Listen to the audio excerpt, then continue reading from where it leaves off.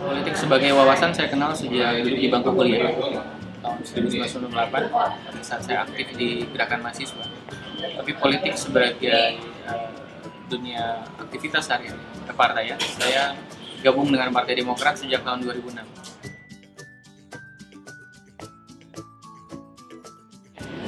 Perubahan dalam sebuah bangsa itu hanya bisa dimulai melalui perubahan politik. Karena kalau politik berubah, maka semua lini lain akan mengikuti. Perubahan politik hanya bisa dilakukan oleh parlemen. Sehingga itu yang mendorong saya tertarik untuk menjadi caleg dengan mengusung perubahan yang nanti akan saya bawa ke parlemen.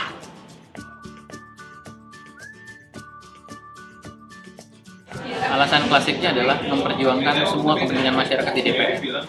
Tapi sebagai calon anggota legislatif yang hari ini berkompetisi, saya melihat ada dua hal yang sangat penting diperhatikan nanti, yaitu pertama adalah law enforcement, penegakan hukum, dan yang kedua adalah peningkatan kesejahteraan masyarakat. Saya akan berjuang untuk dua hal ini.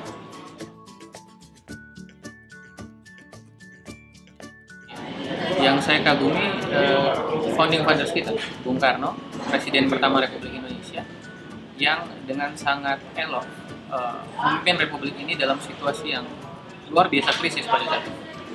Kemudian pemimpin Indonesia yang bisa membawa kebesaran Indonesia di dunia internasional pada era yang kita baru saja merdeka pada saat itu. Dan buat saya apa yang dilakukan Bung Karno hari ini menginspirasi semua pemimpin bangsa yang ada pada hari ini. Di semua lini kehidupan, semua pemimpin di Republik ini menurut saya terinspirasi oleh kebesaran gaya memimpin dari Bung Karno.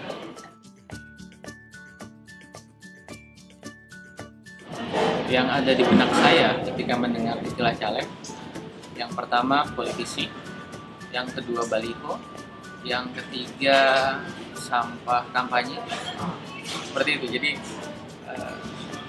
hari ini tendensi masyarakat terhadap caleg ada banyak negatifnya karena mungkin tingkat kepercayaan terhadap politisi dan parlemen memang jauh menurun.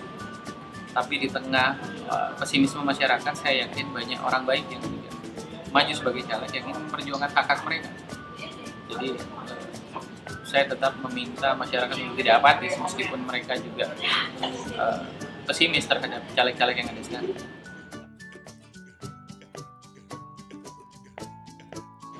Membela partai, karena sikap partai tentu saja merefleksikan apa yang menjadi kegelisahan masyarakat. Tapi ketika tugas kepada bangsa sudah hadir di depan kita, maka tugas kepada partai menjadi nomor 2. Ya, tidur di parlemen tentu saja tidak. Studi banding ke luar negeri kita lihat urgensinya. Karena saya juga sudah sering ke luar negeri. Kalau tidur di parlemen, istirahat pada saat sidang nggak ada masalah, daripada kita harus sidang di hotel, tidur di hotel kan, seperti yang selama ini terjadi. Tidur di ruangan sendiri sambil menunggu sidang kan nggak masalah.